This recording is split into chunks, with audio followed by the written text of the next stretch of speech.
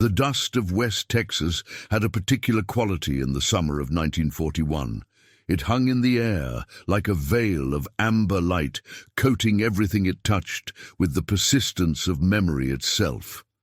Jacob Miller stood on the porch of his family's ranch house, watching the sun descend toward the horizon in violent shades of orange and red, and wondered if he would ever see this view again.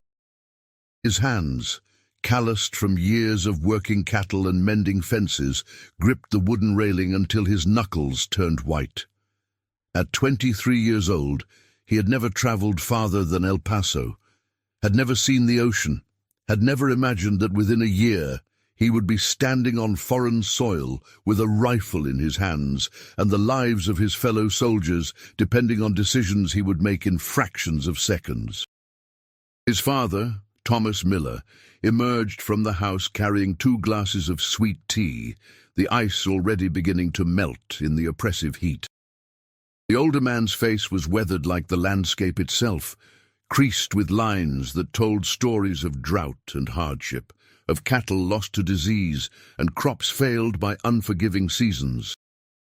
He handed 1 glass to his son without a word, and they stood together in silence, listening to the distant lowing of cattle and the rhythmic creaking of the windmill that had served their family for 3 generations.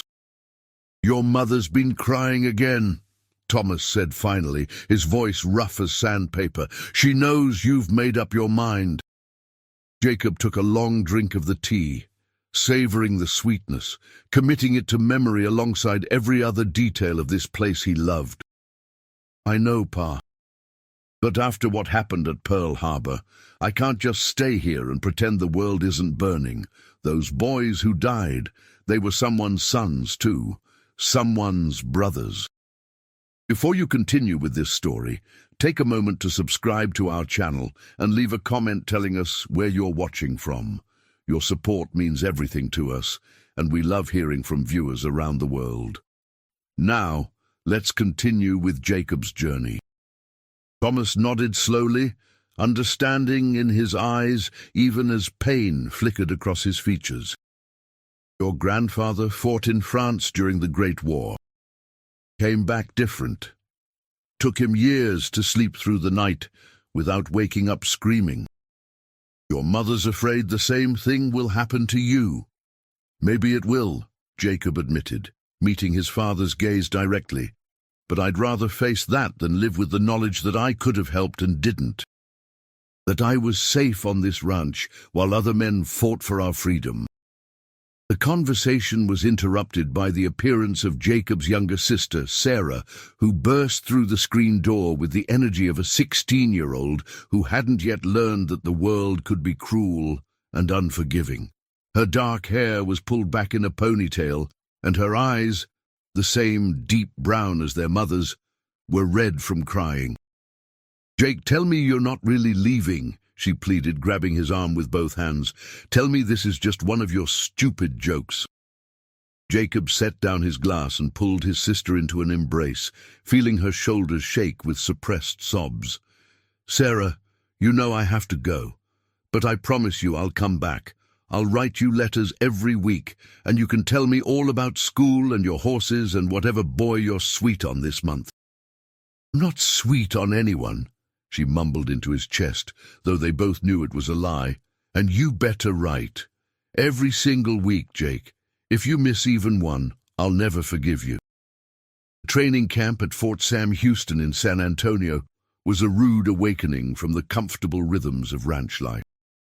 Jacob arrived in September 1941, just weeks before the attack that would transform America's role in the global conflict from observer to active participant. The barracks were crowded, hot, and filled with young men from every corner of the country. Boys from New York who had never seen a cow, farm kids from Iowa who spoke with accents Jacob had only heard in movies, Italian immigrants from Boston whose families had fled Mussolini's regime, and black soldiers from the Deep South who carried their own complex relationship with the concept of fighting for freedom.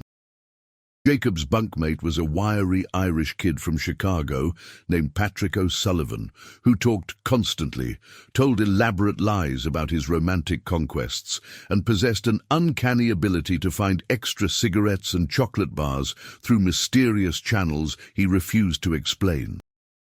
Despite the constant chatter, or perhaps because of it, Jacob found himself growing genuinely fond of Patrick, whose humour provided a necessary counterbalance to the grueling physical training and the mounting awareness that they were being prepared for something far more serious than any of them wanted to acknowledge. "You ever shot a man, Miller?" Patrick asked one night as they lay in their bunks, the Texas heat making sleep nearly impossible despite the late hour. "Never even pointed a gun at a person," Jacob replied honestly. "Killed plenty of coyotes and rattlesnakes, but that's different." "My old man was in the last war," Patrick said, his usual jovial tone absent. "He told me once, when he was drunk, that the hardest part wasn't the shooting. It was afterward, when you realized the guy you killed probably had a mother who loved him, maybe a girl back home, dreams about what he'd do when the war was over. Said it haunts you, knowing you took all that away." Jacob thought about this in the darkness, listening to the sounds of 40 other men trying to sleep. Snoring, mumbling, the occasional cry from someone caught in a nightmare. "Then why are you here? You could have stayed in Chicago, worked in your father's shop." "Same reason as you, I reckon," Patrick answered after a long pause. "Because it's the right thing to do.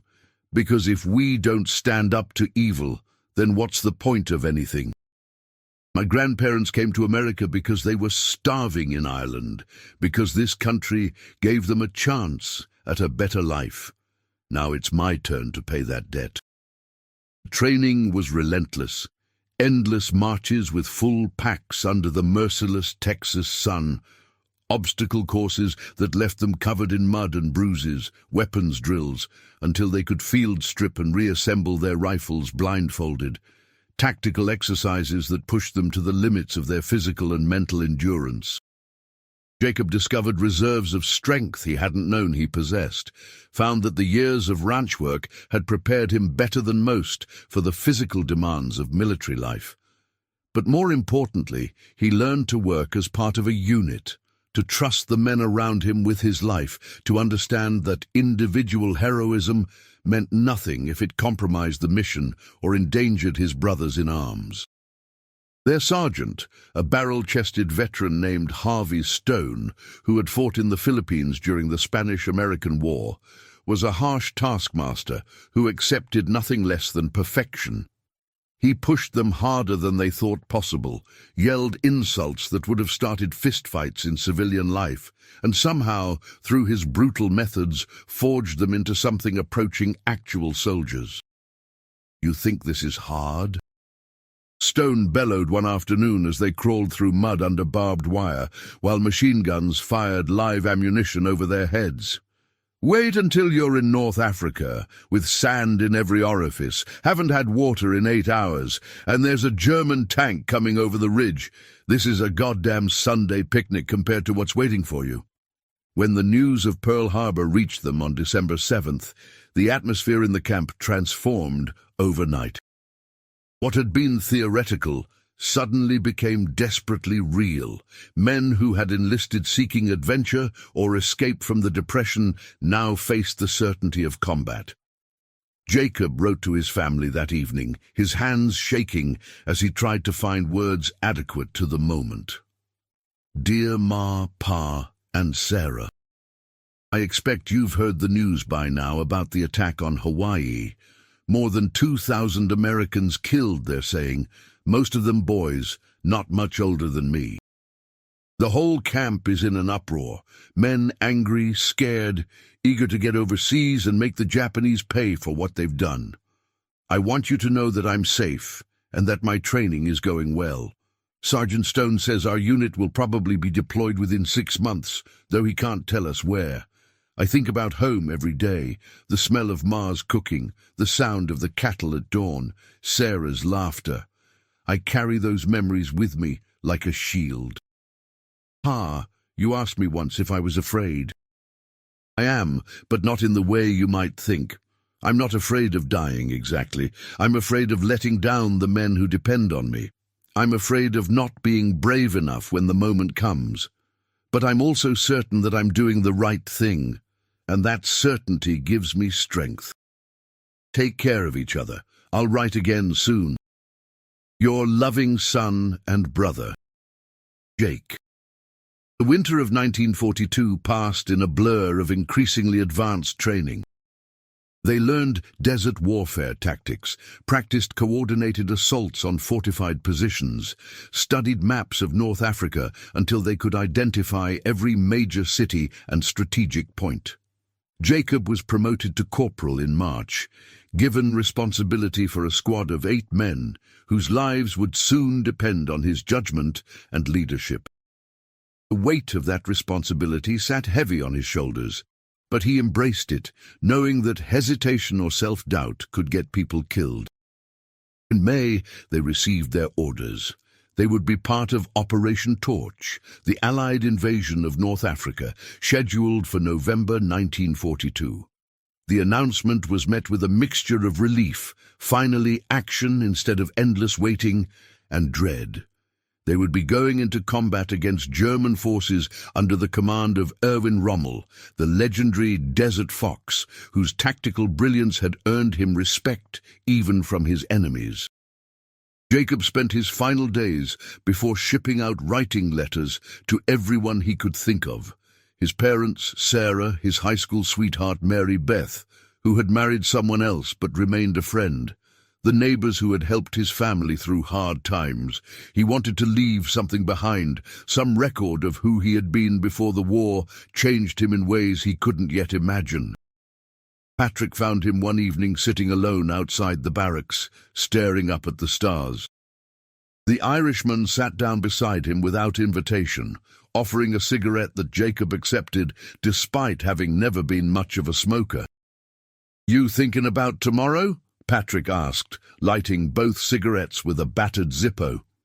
"Thinking about everything," Jacob replied. "About home, about what's waiting for us over there, about whether I'll be the same person when I come back. If I come back." "You'll come back," Patrick said with absolute certainty. "I can tell. You've got that look about you, like the universe isn't done with you yet. Me, I'm not so sure. But I figure if I'm going to die, might as well be for something that matters, you know?" "Don't talk like that," Jacob said sharply. "We're all coming back, every single one of us." Patrick smiled sadly. "I appreciate the optimism, Miller. I really do. But we both know that's not how war works. Some of us won't make it home, and there's no predicting who. All we can do is look out for each other and try to do our jobs without getting too many people killed in the process." The transport ship that carried them across the Atlantic was a converted cargo vessel that had never been designed to accommodate thousands of men, their equipment, and their mounting anxiety.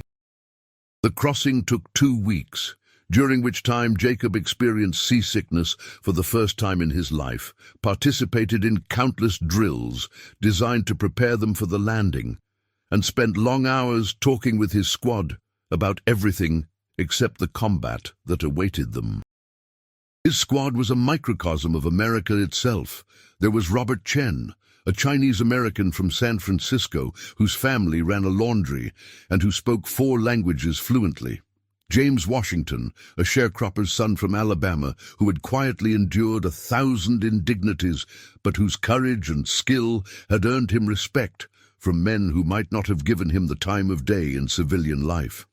Tommy Kowalski, a coal miner from Pennsylvania whose hands were scarred from years of hard labor. David Stein, a Jewish refugee from Germany who had escaped with his family in 1938 and now fought against the regime that had murdered his grandparents. And 3 others, each with their own stories, their own reasons for being there. Jacob made it his mission to know everything about these men, their families, their fears, their dreams for after the war. He believed that if he could remember them as individuals, as people with full lives and futures, he would make better decisions when the shooting started. He would hesitate before taking unnecessary risks, would think twice before ordering them into danger, would fight harder to bring them all home alive. The night before the landing, Jacob gathered his squad in a quiet corner of the ship. The ocean was rough, the vessel pitching and rolling in ways that made several of them turn green, but he needed to say something, needed to give them whatever strength and courage he possessed. "Tomorrow morning we hit the beaches at Oran," he began, looking each man in the eye. "Some of you have been in fights before, some haven't. None of us have experienced anything like what's coming. I won't lie to you, people are going to die tomorrow. Maybe some of us, probably some of us." He paused, gathering his thoughts, aware that every word mattered. "But I want you to know something. I've spent the last 6 months getting to know you all, and I can honestly say I'm proud to serve with each and every one of you. Tommy, you're the toughest son of a bitch I've ever met, and I pity any German who gets in your way. David, your tactical mind has saved our asses a dozen times in training, and it'll do the same tomorrow. James, I've seen you carry twice your body weight and never complain. That strength is going to matter. Robert, your ability to think on your feet is going to keep us alive when things go sideways, and they will go sideways." He continued around the circle, saying something specific and true about each man, watching as his words strengthened their resolve, reminded them that they were part of something larger than themselves. "We look out for each other," he concluded. "That's the only rule that matters.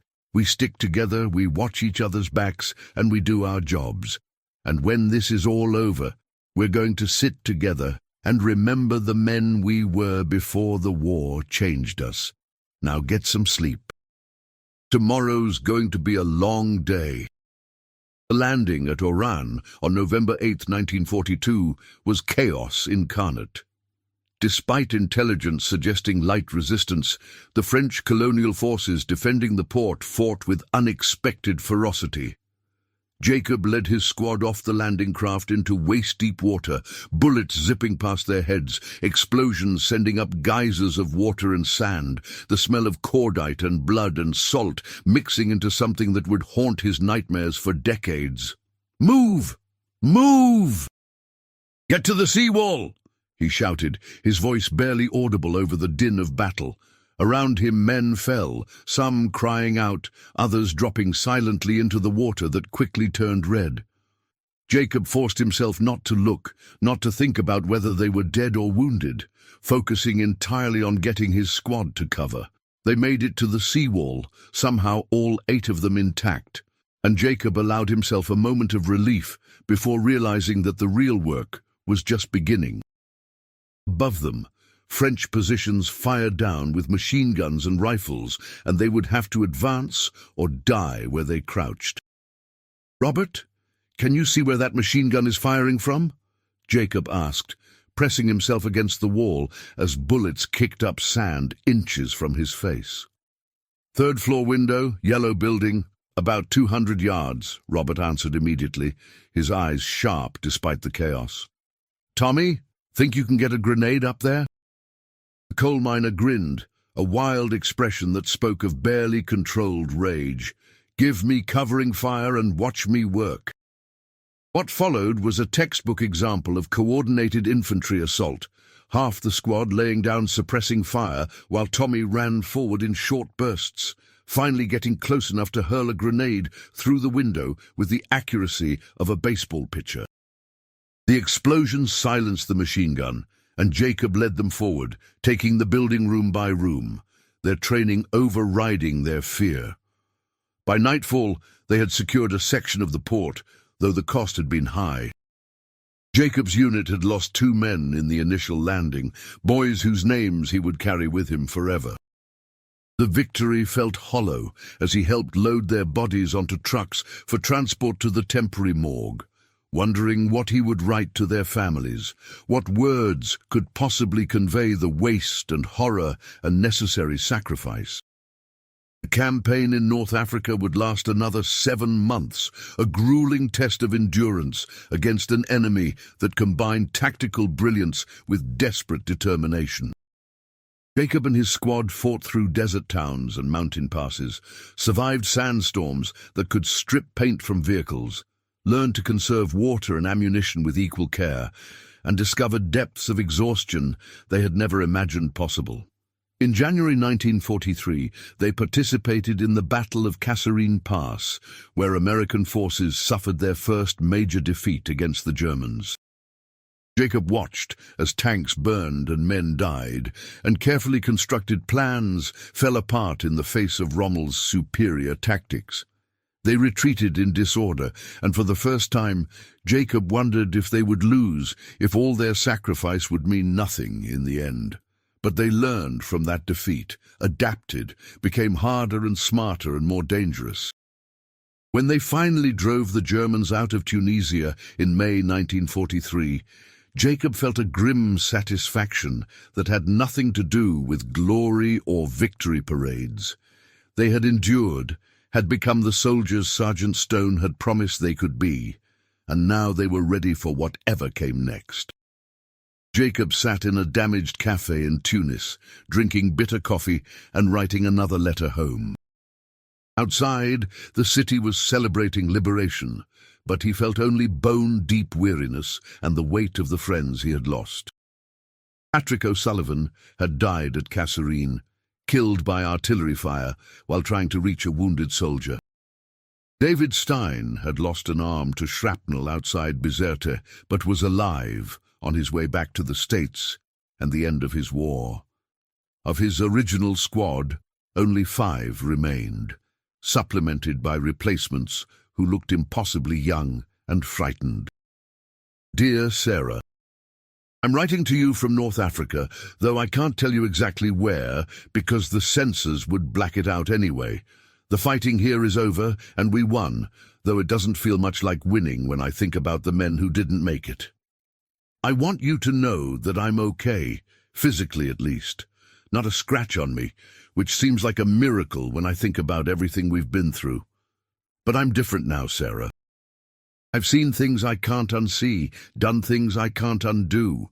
Sometimes I wake up and can't remember what home looks like, can't picture Ma's face or hear Pa's voice. That scares me more than the bullets ever did. Tell Ma I think about her cooking every single day. Tell Pa I finally understand what his father went through, and I'm sorry I ever thought the nightmares were a sign of weakness. They're just the price we pay for doing what needed to be done. We're shipping out soon, headed somewhere else where the war is still raging. I'll write when I can. And Sarah, if something happens to me, if I don't make it back, I want you to know that fighting for our country, protecting you and Ma and Pa and everyone back home, that's given my life meaning I never could have found on the ranch. Don't cry for me if the worst happens. Just remember me as I was and live a life good enough for both of us. Your loving brother, Jake. He sealed the letter, knowing the censors would probably cut half of it, but needing to say the words anyway. Around him, survivors gathered in small groups, sharing cigarettes and stories, trying to process what they had endured and prepare themselves for what was coming. Because everyone knew this was just the beginning, that North Africa was simply the first step in a much longer journey that would take them through Sicily, through Italy, and eventually, if they survived that long, to the beaches of France and the heart of Germany itself. Jacob thought about Texas, about dust and cattle, and the simple rhythms of ranch life that seemed impossibly distant now. He wondered if he would ever truly go home, or if the war had changed him so fundamentally that the boy who left West Texas in 1941 was as dead as Patrick O'Sullivan, as gone as the innocence they had all lost somewhere in the desert sands. But he pushed those thoughts aside, because dwelling on them served no purpose. There was still work to be done, still evil to be fought, still brothers in arms who depended on him. So Jacob finished his coffee, checked his weapons, and prepared himself for the next battle, carrying the memory of fallen friends like a burden he would bear for the rest of his life, however long or short that might be. The war, he knew, was far from over, and neither was his journey. The Mediterranean summer of 1943 brought new orders and new nightmares. Jacob's unit, now designated as part of the 1st Infantry Division, the famous Big Red one, would participate in Operation Husky, the Allied invasion of Sicily. After months of desert warfare, the prospect of fighting in different terrain should have been a relief, but Jacob had learned that every new operation brought its own unique horrors, its own opportunities for things to go catastrophically wrong. They shipped out from Tunisia in early July, part of an armada so vast it seemed impossible that any force could stand against it. Yet Jacob knew better than to underestimate their enemy. The Germans had proven themselves adaptable and dangerous, while the Italian forces, though often portrayed as less committed, could fight with unexpected ferocity when defending their homeland. His squad had been rebuilt after the losses in North Africa. The replacements were green, terrified in the way that only men who had never seen combat could be. Jacob recognized that fear because he had felt it himself less than a year ago, though it seemed like a lifetime. Now he carried a different kind of fear, not of death exactly, but of failing the men who depended on him, of making a mistake that would get them killed needlessly. Among the new arrivals was a kid from Brooklyn named Anthony Russo, barely 19 years old, whose mother had tried to prevent him from enlisting by claiming he was her sole support. Anthony had gone anyway, driven by the same mixture of patriotism and youthful conviction that had motivated Jacob and so many others. The kid reminded Jacob of Patrick O'Sullivan, quick with a joke, unable to stay silent for more than 5 minutes, covering his fear with constant chatter. "My girl, she's waiting for me back in Brooklyn," Anthony told Jacob during the crossing, pulling out a creased photograph of a pretty Italian-American girl with dark hair and a bright smile. "Angela Moretti. We're getting married soon as I get home. She wanted to get hitched before I left, but I told her no. I wanted to be able to give her a proper wedding, not some rushed thing before I ship out." Jacob looked at the photograph, at the hope and innocence shining in both young faces, and felt the weight of knowledge he wished he didn't possess. "She's beautiful, Anthony. You make sure you get back to her, you hear me?" "Oh, I will, Corporal. I got too much to live for to let some Germans shoot me. Besides, my ma would kill me herself if I died over here after all the grief I gave her about enlisting." Fine. The landing on Sicily's southern coast near Gela came before dawn on July 10th, 1943, and it was as chaotic as Oran had been, perhaps worse. Heavy seas made the landing craft difficult to control, and several capsized before reaching the beach, drowning men weighed down by equipment. Jacob's boat made it through, though water sloshed over the sides and soaked them all before they ever touched sand. This time, the opposition was fiercer and better organized. German Tiger tanks appeared on the bluffs above the beach, their massive 88mm guns turning landing craft into flaming wrecks. Jacob watched in horror as a boat 50 yards away took a direct hit, simply disintegrating in a ball of fire that left nothing but debris and body parts floating in the bloody surf. "Get moving! Don't bunch up!" he shouted, driving his squad forward through the killing zone. Mortar rounds exploded around them, sending up plumes of sand and shrapnel. James Washington, who had survived North Africa without a scratch, took fragments in his leg and went down hard. Jacob and Tommy Kowalski grabbed him, one on each side, and half-carried, half-dragged him to the limited shelter of a small rise in the beach. "Leave me," James gasped, his face grey with pain and shock. "You'll just get yourselves killed." "Shut up and let us do our job," Jacob snapped, applying a tourniquet to the wounded leg, while Tommy provided covering fire. "You're going home, James. That's $1 million wound right there. But first, we got to get you off this beach." They made it to a collection point where medics were working frantically to save the wounded, and Jacob left James in their capable hands, not knowing if he would ever see the Alabama sharecropper's son again. There was no time for sentiment, no opportunity to say a proper goodbye, just a brief squeeze of the hand and a promise to write. The fighting for Sicily lasted through the brutal heat of July and into August, a grinding campaign through mountain villages and fortified positions. Jacob's squad participated in the capture of Gela, fought their way through Caltanissetta, and finally helped secure Palermo. Each town brought new horrors, civilians caught in the crossfire, ancient buildings reduced to rubble, the constant presence of death in 1,000 different forms. In a village whose name Jacob never learned, they captured a German position after a firefight that left 3 Germans dead and 2 others wounded.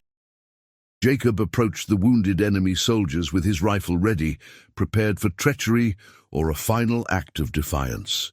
What he found instead were boys, not much older than Anthony Russo, bleeding and terrified and crying for their mothers in German.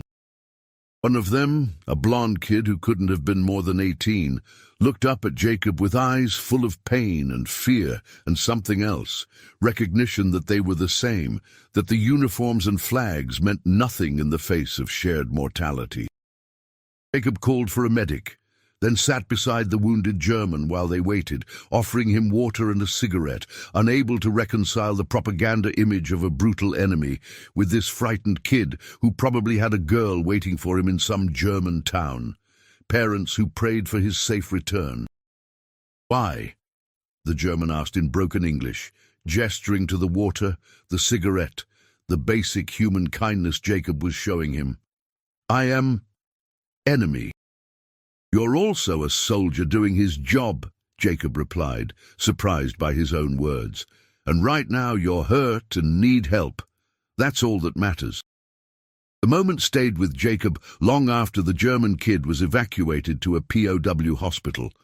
It complicated his understanding of the war, made it harder to maintain the clear distinction between good and evil that had seemed so obvious back in Texas. He was still certain that the Allied cause was just, that stopping the Nazis was worth the sacrifice, but he had learned that wars were fought by individuals, many of them decent people who happened to be on the wrong side. That night, he wrote another letter to his family, though he knew much of what he wanted to say would be cut by the censors, or would sound like the ramblings of someone who had seen too much combat. But he tried anyway, because writing home was one of the few threads connecting him to the person he had been before the war. "Dear Pa, I've been thinking a lot about what you told me before I left, about Grandpa and his experiences in France during the Great War. I understand now what you meant about him coming back different. It's not that war breaks you exactly. It's that it shows you things about human nature and death and the world that can't be unknown once you've seen them. Today, I showed mercy to an enemy soldier, gave him water and tried to comfort him while he bled. I don't know if that was the right thing to do or not. He was just a kid, Pa, probably forced into service by a regime he might not even believe in. But he wore a German uniform and fought against us, and by all rights, I should have just left him to suffer. I couldn't do it, though. I looked at him and saw Anthony Russo, saw myself, saw every scared kid who's ever been sent to fight in a war he didn't start. Does that make me weak? Does it make me a good soldier or a bad one? I honestly don't know anymore. What I do know is that I'm fighting for the right reasons. The Nazis have to be stopped, and if that means I have to kill German boys to protect American ones, I'll do it. But I won't stop seeing them as human beings. I won't let this war turn me into something I'd be ashamed of. Give Ma my love. Tell Sarah I'm keeping my promise to write, even when I'm too tired to think straight. And Pa, I want you to know that I understand now why Grandpa couldn't talk about his war. Some things are too big for words, too heavy to share with people who haven't lived through them. But I'm writing this down anyway, because maybe someday I'll need to remember that I stayed human, that the war didn't take everything from me. Your son. Jake Sicily fell in August, and Jacob's unit was pulled back to prepare for the next operation, the invasion of mainland Italy. The brief respite gave them time to process the losses they had suffered, to integrate new replacements, and to rest both body and mind. But Jacob found that rest didn't come easily anymore. His sleep was plagued by nightmares, his waking hours haunted by the faces of men he had killed or failed to save.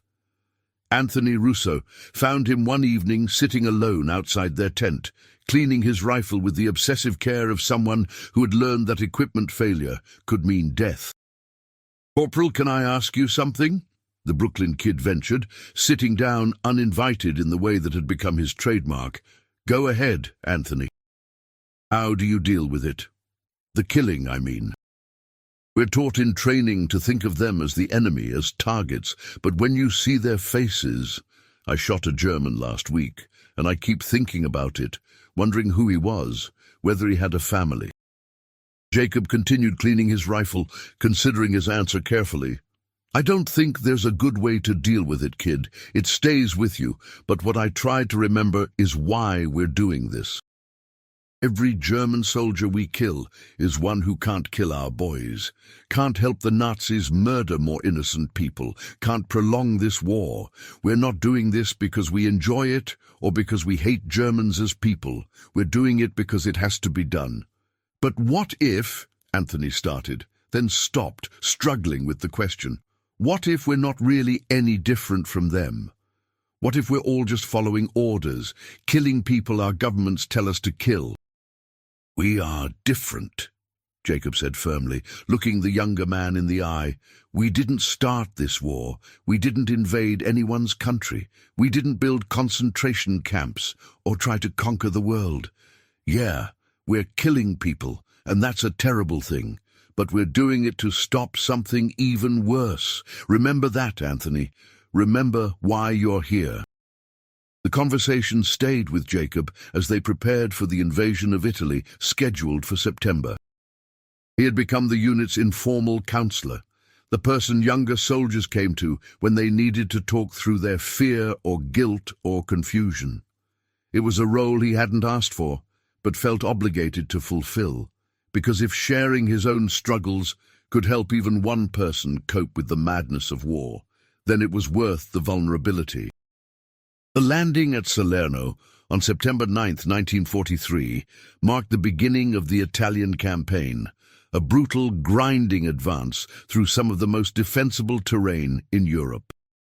The Germans had prepared defensive positions in the mountains, and every mile northward was bought with American blood. Jacob's squad fought through the chaos of Salerno, where German counterattacks nearly drove them back into the sea, then pushed north toward Naples through countryside that would have been beautiful in peacetime, but now served as a killing ground. They learned to hate Italian rain, which turned roads into rivers of mud and made every advance a struggle against both the enemy and the elements. In October, they reached the mountains south of Cassino, where German forces had established the Winter Line, a series of defensive positions designed to make Allied progress as costly as possible. Jacob looked at those mountains and felt his heart sink, knowing that attacking fortified positions on high ground was a recipe for massive casualties. "We're going to lose a lot of men taking those hills," he told Tommy Kowalski as they studied the terrain through binoculars. "Then we better make sure we're not among them," Tommy replied with the fatalistic humor that had become their only defense against despair. "My wife is pregnant, you know. Found out in a letter last week. If I die over here, my kid grows up without a father." "You're not going to die," Jacob said, though he had learned that such promises were empty. "We're all going home, Tommy. We just have to keep our heads down and do our jobs." But privately, Jacob wondered how many more battles he could survive before his luck ran out. He had made it through North Africa and Sicily without a scratch, had led his squad through countless firefights with minimal casualties. That kind of luck couldn't last forever. Eventually a bullet would find him, or a mortar round would land in the wrong place, or he would make a mistake that would get him killed. Still, he pushed those thoughts aside and focused on the immediate task, preparing his men for an assault on enemy positions that looked nearly impregnable. They studied maps, rehearsed coordination with artillery and air support, checked and rechecked their equipment. Jacob met with each member of his squad individually, assessing their mental state, ensuring they understood the plan, reminding them that they were fighting for each other as much as for any abstract principle. The attack came on a grey November morning, preceded by an artillery barrage that turned the mountainside into a moonscape of craters and shattered trees. Jacob led his squad forward through the smoke and chaos, keeping them together through sheer force of will and years of training that had become instinct. They made it to the first German position, a machine gun nest that had been suppressed by artillery, and cleared it room by room. The fighting was intimate and brutal, knives and pistols at close range, no time for fear or hesitation. When it was over, Jacob stood among German corpses and tried not to think about the kid he had given water to in Sicily, tried not to imagine these dead men as someone's sons or brothers. Anthony Russo took a round through the shoulder during the assault, a serious wound but survivable if they could get him to a medic quickly. Jacob personally carried the Brooklyn kid down the mountain, refusing to leave him behind, ignoring the pain in his own muscles and the bullets that snapped past his head. "Corporal, put me down," Anthony gasped, his face white with blood loss and pain. "You'll get yourself killed." "Not today, kid," Jacob replied, his voice harsh with exertion. "You got a girl waiting for you, remember? Angela Moretti from Brooklyn. You're going to marry her and have babies and tell them stories about the war. But first, we got to get you patched up." They made it to an aid station, where exhausted medics added Anthony to the growing collection of wounded. Jacob stayed long enough to ensure the kid would survive, then headed back up the mountain to rejoin his squad.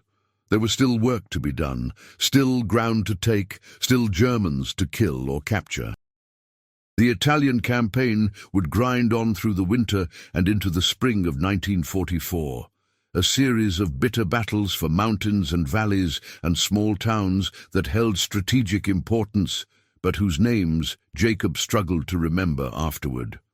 They all blurred together into a nightmare of mud and blood and constant fear, of friends lost and replaced, of advances measured in yards rather than miles.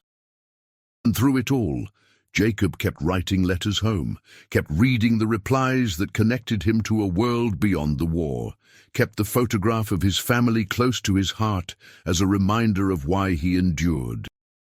The war had changed him in ways he was only beginning to understand, had stripped away the innocence and optimism of the Texas ranch boy who had enlisted with such certainty about right and wrong.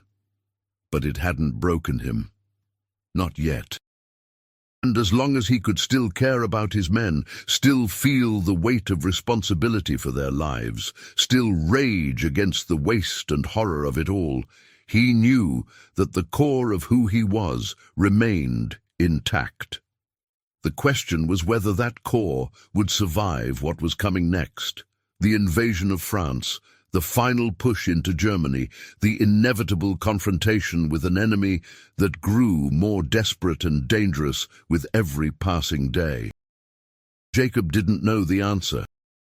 He only knew that he would keep moving forward, one step at a time, one battle at a time, carrying the memory of fallen friends and the hope of eventual victory like twin burdens that gave his suffering meaning and purpose in a world that seemed determined to crush both beneath the weight of endless war. The liberation of Rome in June 1944 should have felt like a triumph, but by that point Jacob had learned that victories were temporary, and that the real measure of success was simply surviving to fight another day. His unit marched through streets lined with cheering Italians who threw flowers and offered wine, and all Jacob could think about was the men who hadn't lived to see this moment. Patrick O'Sullivan, the replacements whose names he had forced himself to learn before they died, the countless others who had fallen during the long march north from Salerno. They had 3 weeks in Rome before new orders came through, 3 weeks of relative peace, during which Jacob tried to remember what it felt like to be something other than a soldier. He wrote long letters to his family, visited churches that had stood for centuries before the war and would stand for centuries after, and spent quiet evenings with the survivors of his squad, sharing wine and stories and the unspoken understanding that they had become something more than friends. They were brothers, bound by shared trauma and survival. Tommy Kowalski received a letter from his wife, informing him that he had a daughter named Emily, born healthy and perfect in a Pennsylvania hospital far from the war. The coal miner cried openly when he read the news, passing around a photograph of his wife holding a tiny bundle wrapped in pink blankets.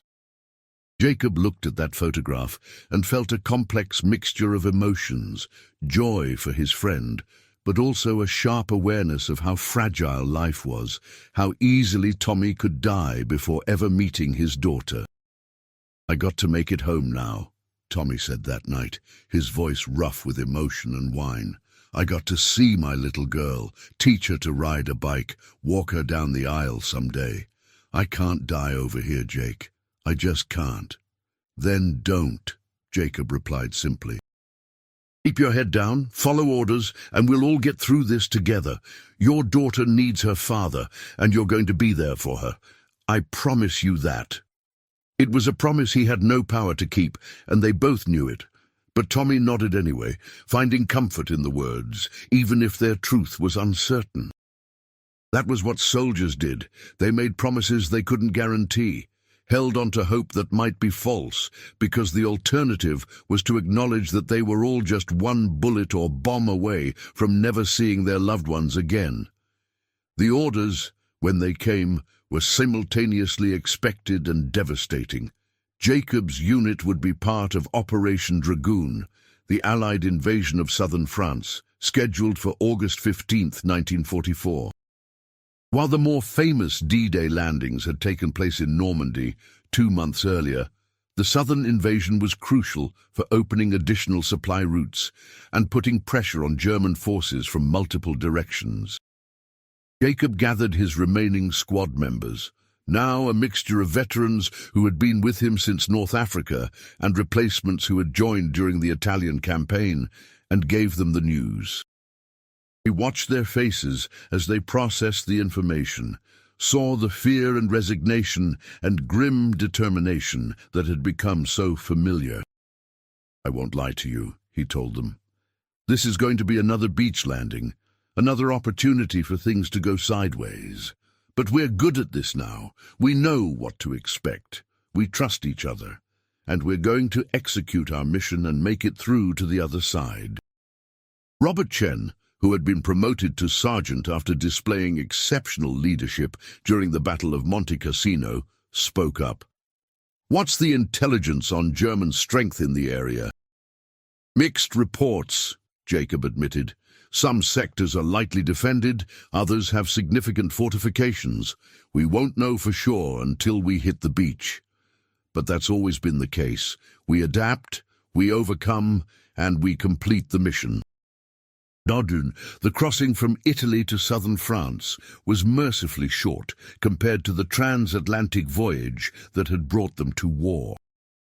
Jacob spent the time reviewing plans, checking equipment, and trying to prepare himself mentally for another landing under fire.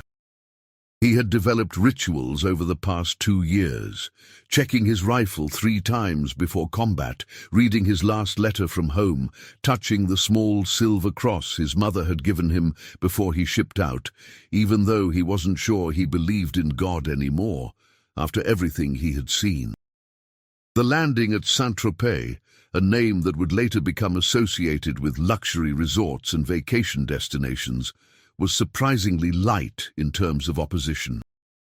German forces in the area were depleted and demoralized, and the Allies had learned valuable lessons from Normandy about air support and naval bombardment. Jacob's squad made it ashore without casualties, pushed inland through light resistance, and by nightfall had secured their objectives with minimal losses.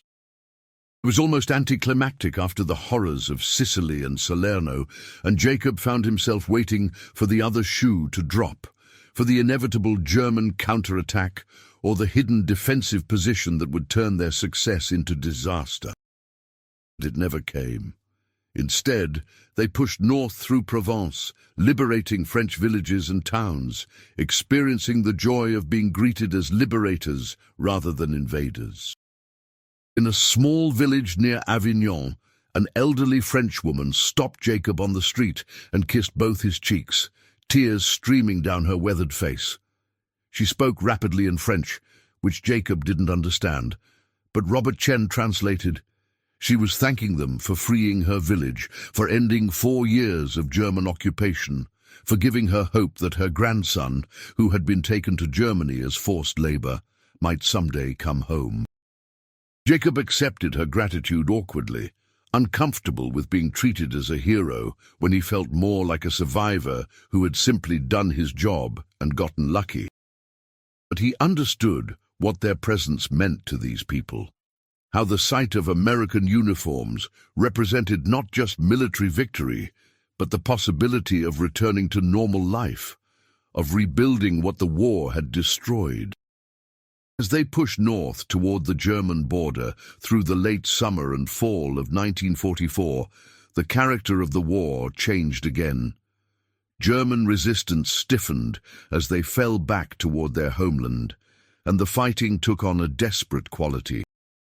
Jacob's squad participated in the liberation of Strasbourg in November, fought through the Vosges Mountains in December, and ended up in defensive positions during the Battle of the Bulge, Hitler's last major offensive, a desperate gamble that cost thousands of American lives before ultimately failing. Jacob spent Christmas 1944 in a frozen foxhole in Belgium, sharing canned rations with Tommy Kowalski and Robert Chen, listening to distant artillery and wondering if he would live to see another Christmas. The irony wasn't lost on him. 3 years earlier, he had been on his family's ranch in Texas, comfortable and safe, believing that the war would be won quickly and decisively. Now, after years of fighting, Germany was surrounded and desperate, but still capable of inflicting terrible casualties. "You think we'll make it to Berlin?" Tommy asked, his breath forming clouds in the frigid air. "Eventually," Jacob replied, "but it's going to cost us. Every mile into Germany will be fought for, every town and city defended. They've got nothing left to lose, which makes them more dangerous than ever."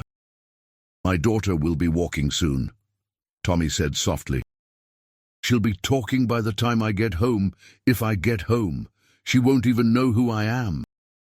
Jacob didn't have a good answer to that, so he simply put a hand on his friend's shoulder and sat in companionable silence, two men who had survived impossible odds, wondering if their luck could possibly hold through whatever horrors remained.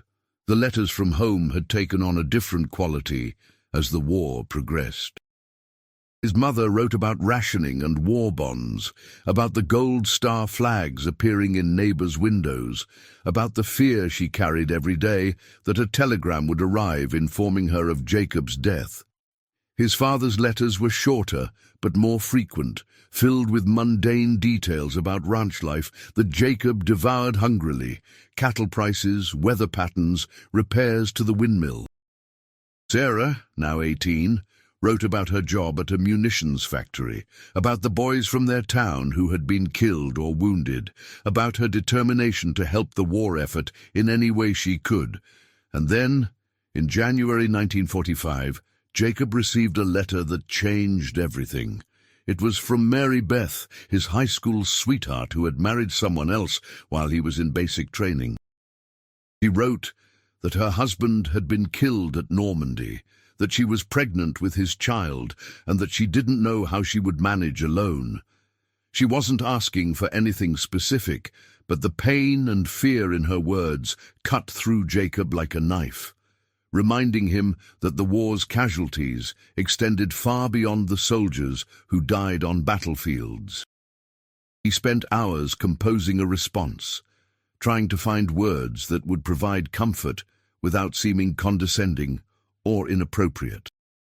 Finally, he wrote about the friends he had lost, about the weight of survival when so many others had fallen, about the responsibility they all shared to honor the dead by living lives worthy of their sacrifice. He promised that when he returned home, if he returned home, he would help her in any way he could, would make sure she and her child were taken care of, because that's what decent people did for each other. The letter helped him process his own grief and guilt, forced him to articulate feelings he had been suppressing for years. When he finished writing, he felt lighter somehow, as if acknowledging the full cost of the war had paradoxically made it more bearable. As winter gave way to spring 1945, Allied forces crossed the Rhine and pushed deep into Germany. Jacob's unit participated in the liberation of several concentration camps, and what they found there was so horrific, so fundamentally evil, that it recontextualized everything he had experienced during the war. The stacks of emaciated corpses, the walking skeletons who staggered out of barracks when the gates opened, the industrial machinery of death and degradation, it all confirmed that they had been fighting against something genuinely monstrous, that every German soldier killed had been helping to prevent this evil from spreading further. Jacob stood in the middle of one such camp, surrounded by horrors that would haunt him for the rest of his life, and understood finally why the war had been necessary, why the sacrifice of Patrick O'Sullivan and Anthony Russo and all the others had meaning. They had stopped this. They had fought and bled and died to end the systematic murder of millions. And that mattered in a way that transcended politics or nationalism or any other consideration. That night, he gathered his squad and told them what he had seen, what it meant, why they couldn't falter now, even though they were all exhausted and traumatized and desperate for the war to end. "What we're fighting against isn't just another army or another country," he said, his voice shaking with emotion he didn't try to hide. "It's the absolute worst of what human beings are capable of. Every day we fight shortens the war, which means fewer people murdered in those camps. Every German position we take is one step closer to ending this nightmare. So yeah, we're all tired. Yeah, we've all lost friends and seen things no one should ever have to see. But we can't quit now. We can't let up. We have to finish this."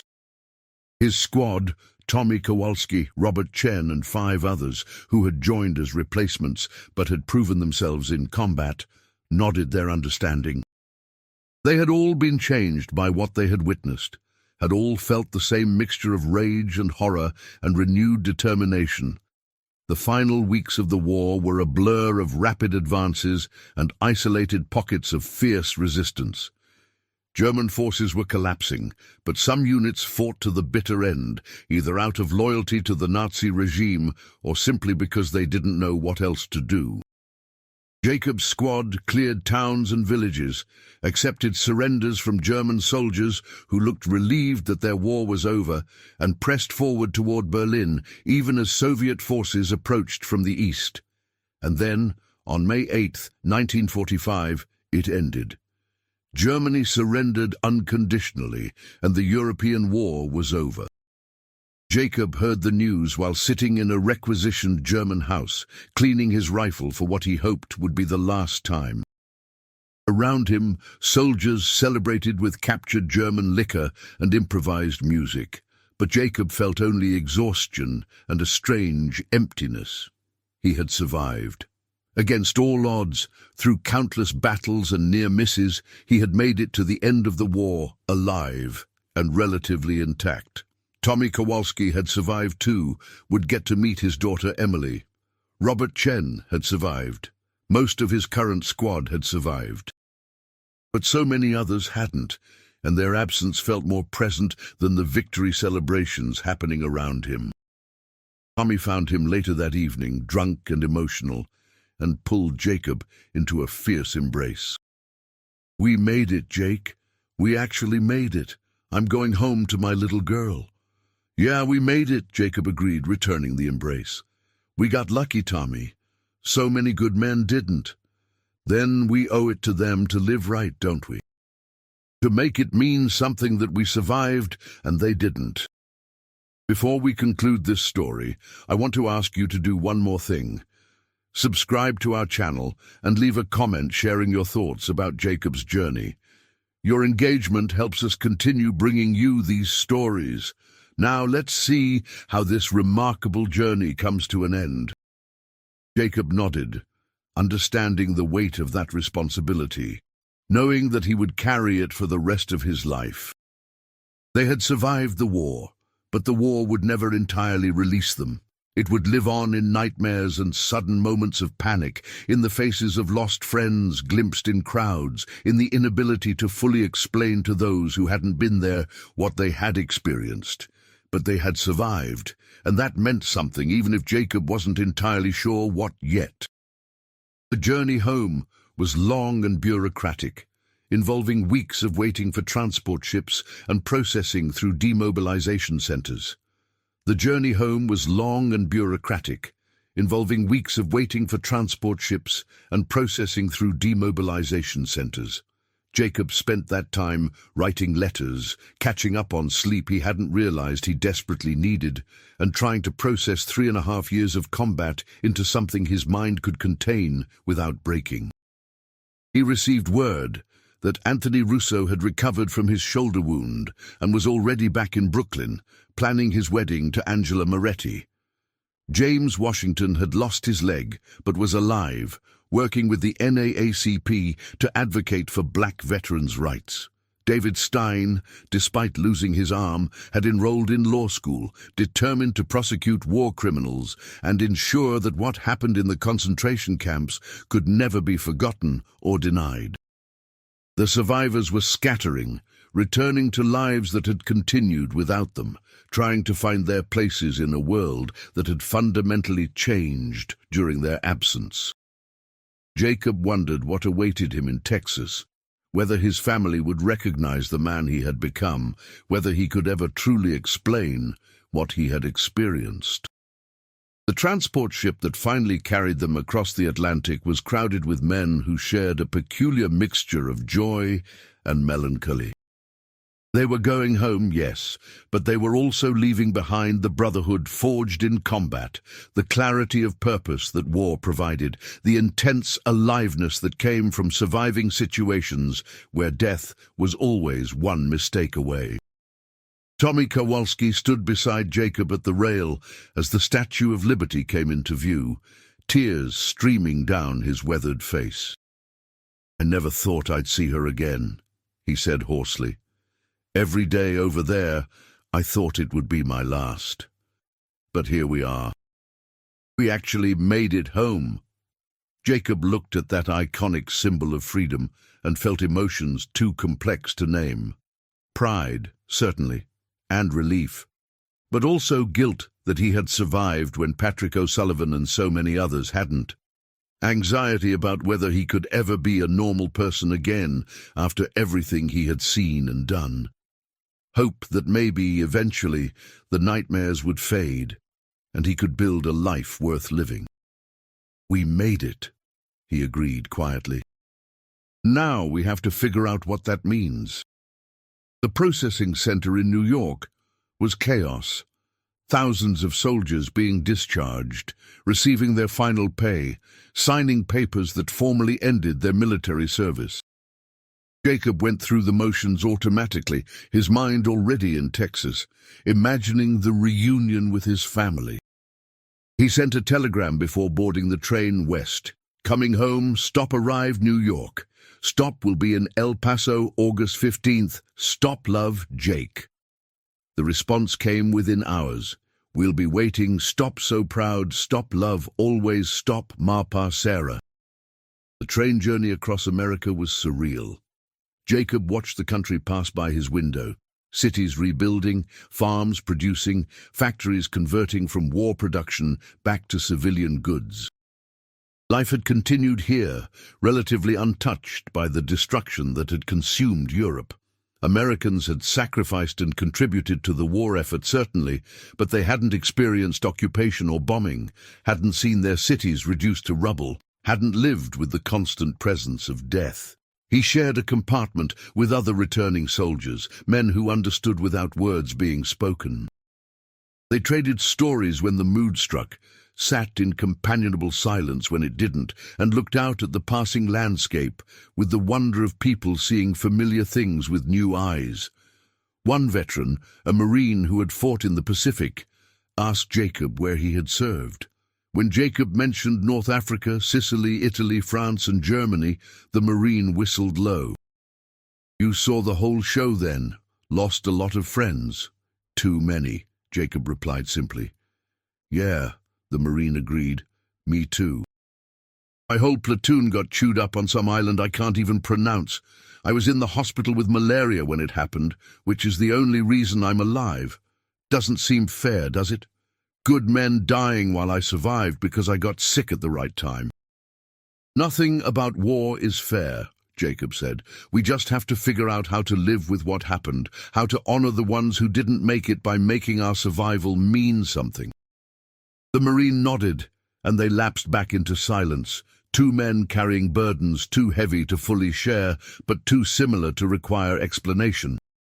El Paso appeared on the horizon on a blazing August afternoon, the desert heat making the air shimmer and dance.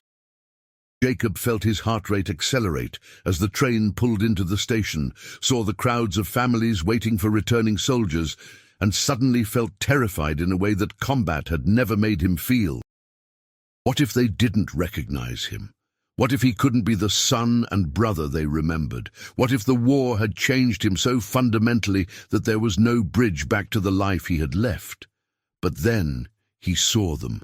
His mother, looking older and greyer than he remembered.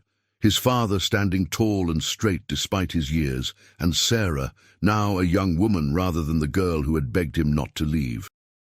They were scanning the crowd, searching for his face, and when their eyes met, his mother let out a cry and began pushing through the mass of people. Jacob dropped his duffel bag and met them halfway, folding into a family embrace that felt like the first real safety he had experienced in years. His mother was sobbing, his father was gripping his shoulder hard enough to bruise, and Sarah was talking a mile a minute about everything and nothing, just filling the air with sound, because silence felt too dangerous. "Let me look at you," his mother finally said, pulling back but keeping her hands on his face as if confirming he was real. "You're so thin, and your eyes—" "Oh, Jake, what did they do to you over there?" "I'm okay, Ma," he said, though he wasn't sure it was true. "I'm home now. That's what matters."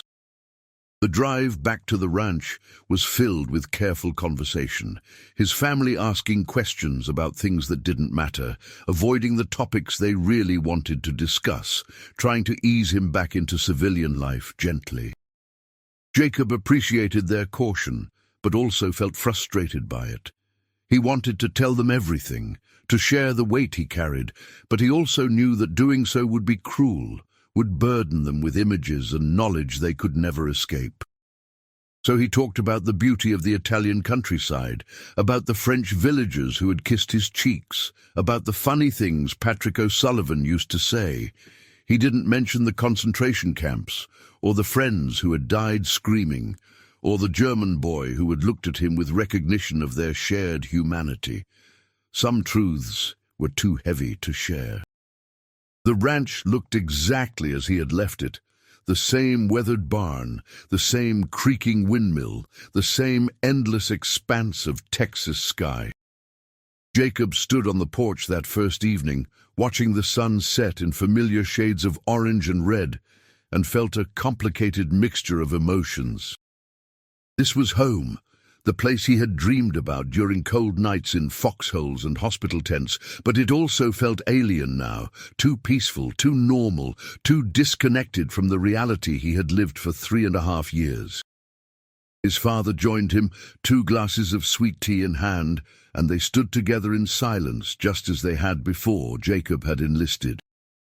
Finally, Thomas spoke. "Your grandfather had trouble sleeping after he came back from France. He used to wake up shouting, reaching for weapons that weren't there. Your grandmother learned to wake him gently, to give him space when he needed it. It took him years to come back to himself, and even then, part of him never left that war." "I know, Pa," Jacob said quietly. "I understand now what you were trying to tell me before I left. Do you want to talk about it? About what you saw, what you did?" Jacob considered the question carefully. "Not yet. Maybe not ever. But I appreciate you asking." Thomas nodded, accepting this without pushing. "Well, when you're ready, I'm here. And son, I want you to know something. I'm proud of you. Not because you killed Germans or won battles, but because you went when your country needed you. You did your duty and you came home. That takes a different kind of courage than most people realize." "I'm not sure I'm really home yet," Jacob admitted. "Physically, yes, but in my head. I'm still in Europe, still fighting, still trying to keep my squad alive. I don't know how to stop being a soldier." "It'll take time," his father said, "but you'll get there.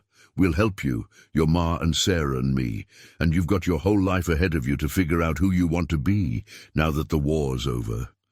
The weeks that followed were an exercise in adjustment. Jacob tried to fall back into ranch routines, working cattle, mending fences, all the familiar tasks that had defined his youth. But he found himself constantly on edge, startling at sudden sounds, scanning horizons for threats that didn't exist, unable to relax into the peace that everyone else took for granted. The nightmares came almost every night, vivid recreations of battles he had survived, variations where his friends died in different ways, scenarios where he made different choices with catastrophic results. He would wake up sweating and shouting, and Sarah or his mother would be there, having learned to listen for the signs, offering water and quiet comfort until his breathing normalized, and he remembered where he was. He received letters from survivors.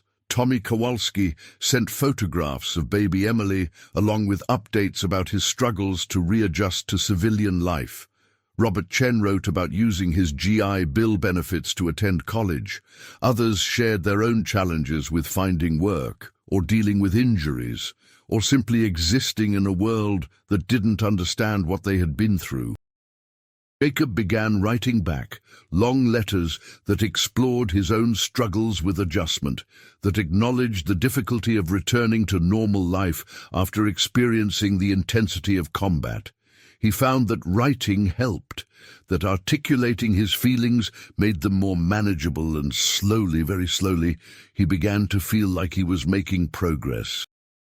In October, he received an invitation to attend a veterans gathering in El Paso, organized by men who had served in various branches and theaters of the war. Jacob almost didn't go, uncomfortable with the idea of socializing, but Sarah convinced him that connecting with people who understood might help.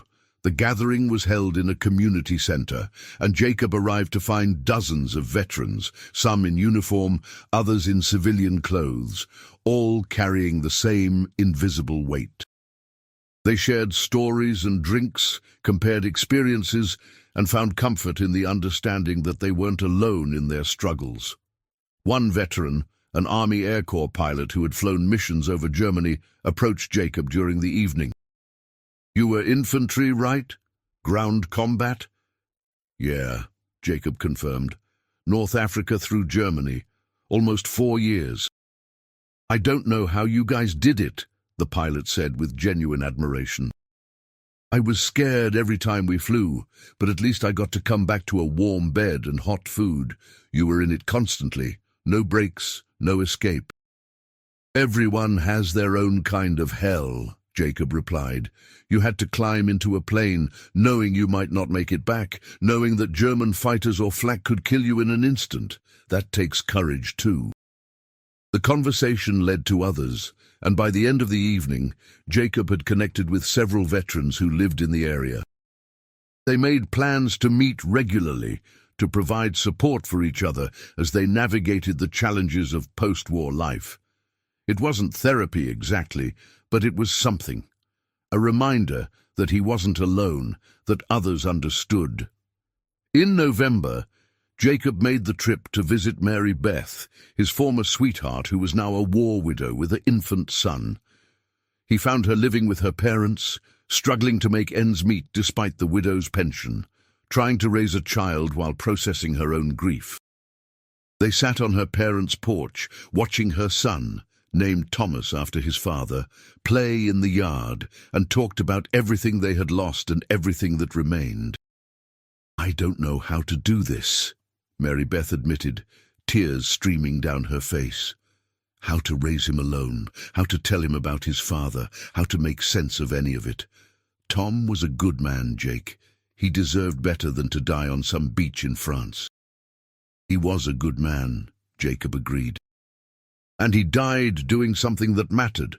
I know that doesn't make it hurt less, but it's true. The war had to be fought, and men like Tom fought it so that your son could grow up free.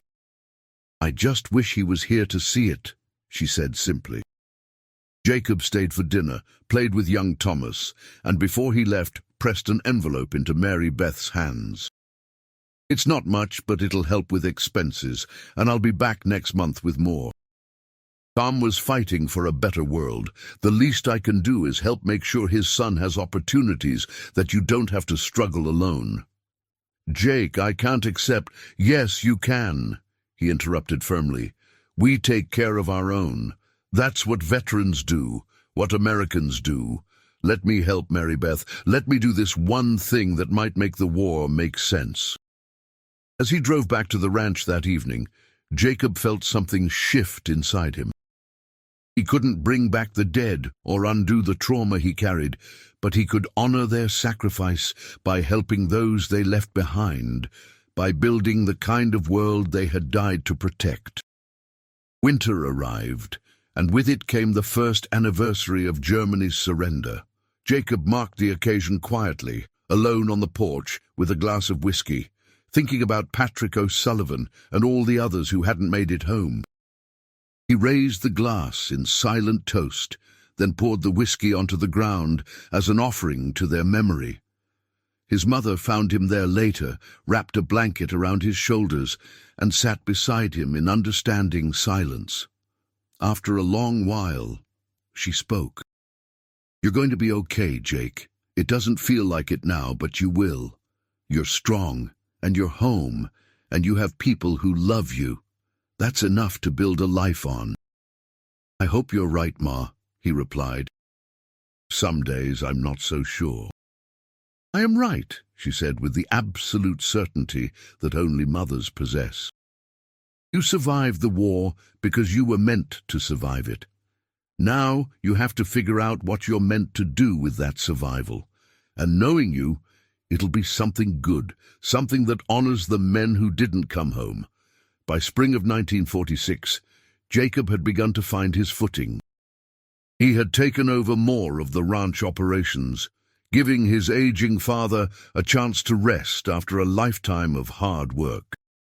He continued his monthly visits to Mary Beth, watching young Thomas grow and seeing something of his father in the boy's smile. He attended the veterans' meetings religiously, finding purpose in helping others navigate the challenges he had faced.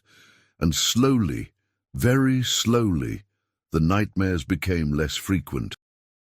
He would never be entirely free of them. Some images were burned too deeply into his memory, but they no longer dominated his nights. He learned to function despite them, to build a life that accommodated his trauma rather than being defined by it.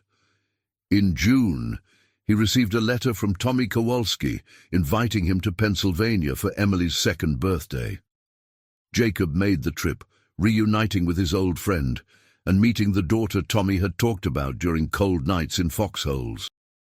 Watching Tommy with his family, seeing the love and normalcy they had created despite everything they had been through, gave Jacob hope for his own future. "You need to find someone, Jake," Tommy told him during a quiet moment while Emily napped. "Build a family, make a life. That's how we beat the war, by refusing to let it destroy our capacity for love and connection." "Maybe," Jacob replied. "I'm not sure I'm ready for that yet." "None of us are ever ready," Tommy said with a smile. "But we do it anyway, because the alternative is letting the war win even after it's over." The journey back to Texas gave Jacob time to think about Tommy's words, about what kind of life he wanted to build. He had survived when so many others hadn't, had been given a second chance that they never received. What was he doing with that gift? How was he honoring their sacrifice? By the time he arrived home, he had made a decision. He would use his GI Bill benefits to attend college, study agriculture and business, learn how to run the ranch more efficiently. He would continue helping Mary Beth and young Thomas, would stay involved with the Veterans Organization, would look for opportunities to serve his community in peacetime as he had served his country in war. And maybe, when he was ready, he would open himself up to the possibility of love again, of building a family, of creating something beautiful out of the ashes of everything he had lost. It wouldn't be easy. The war would always be part of him, would always influence who he was and how he saw the world. But it didn't have to be the only thing, didn't have to define every moment of his remaining years. Jacob Miller stood on the porch of his family's ranch, watching another Texas sunset paint the sky in shades of orange and red. And for the first time since coming home, he felt something approaching peace. He had survived the war, had carried his friends' memories across oceans and years, and now he was home, not the home he had left, because that place and that person no longer existed, but a new home, built on the foundation of everything he had learned and endured, a place where he could honor the past while building a future. The dust of West Texas still hung in the air like amber light, still coated everything it touched with the persistence of memory itself. But now, standing in that familiar landscape with hard-won wisdom and the weight of survival on his shoulders, Jacob understood that memory wasn't a burden to be escaped. It was a responsibility to be carried, a reminder of what had been sacrificed and what had been preserved. He had gone to war a boy from Texas who had never seen the ocean. He had come home a man who had crossed multiple seas, fought on 3 continents, and witnessed both the worst and best of what humanity could offer. The journey had cost him pieces of himself that could never be recovered, had given him nightmares that would last a lifetime, had taken friends he would mourn until his last breath. But it had also shown him the depth of human courage, the power of brotherhood forged in shared adversity, the importance of standing against evil even when the cost was almost unbearable. And those lessons, painful as they were, had value that transcended the trauma of their acquisition. Jacob Miller never forgot Patrick O'Sullivan's laugh, or Anthony Russo's photograph of Angela Moretti, or the German boy who had looked at him with recognition of their shared humanity. He never stopped wondering if he could have done more, saved more, been better. But he also never forgot why they had fought, what they had prevented, what their sacrifice had preserved. And in the end, perhaps that was the truest measure of victory, not in the battles won or the enemies defeated, but in the ability to carry forward, to build lives worth living, to ensure that those who died had not done so in vain. The sun set over West Texas, painting the sky in violent shades of orange and red, and Jacob Miller, survivor, soldier, son of America, watched it descend with gratitude for another day of life, another opportunity to honor the dead by living well, another chance to make his survival mean something beyond simple luck. He had never looked back on his decision to serve, had never regretted the journey that took him from Texas to Tunisia and beyond. The cost had been high, almost unbearably so, but the alternative, a world where evil went unopposed, where good men did nothing, was unthinkable. So he stood there, as darkness fell, remembering and honoring and carrying forward, a living testament to the courage of a generation that had faced unimaginable horrors and emerged not unscarred, but unbroken. And in that persistence, in that refusal to be destroyed by trauma, lay the real victory of men like Jacob Miller. Ordinary people who had done extraordinary things when their country and the world needed them most.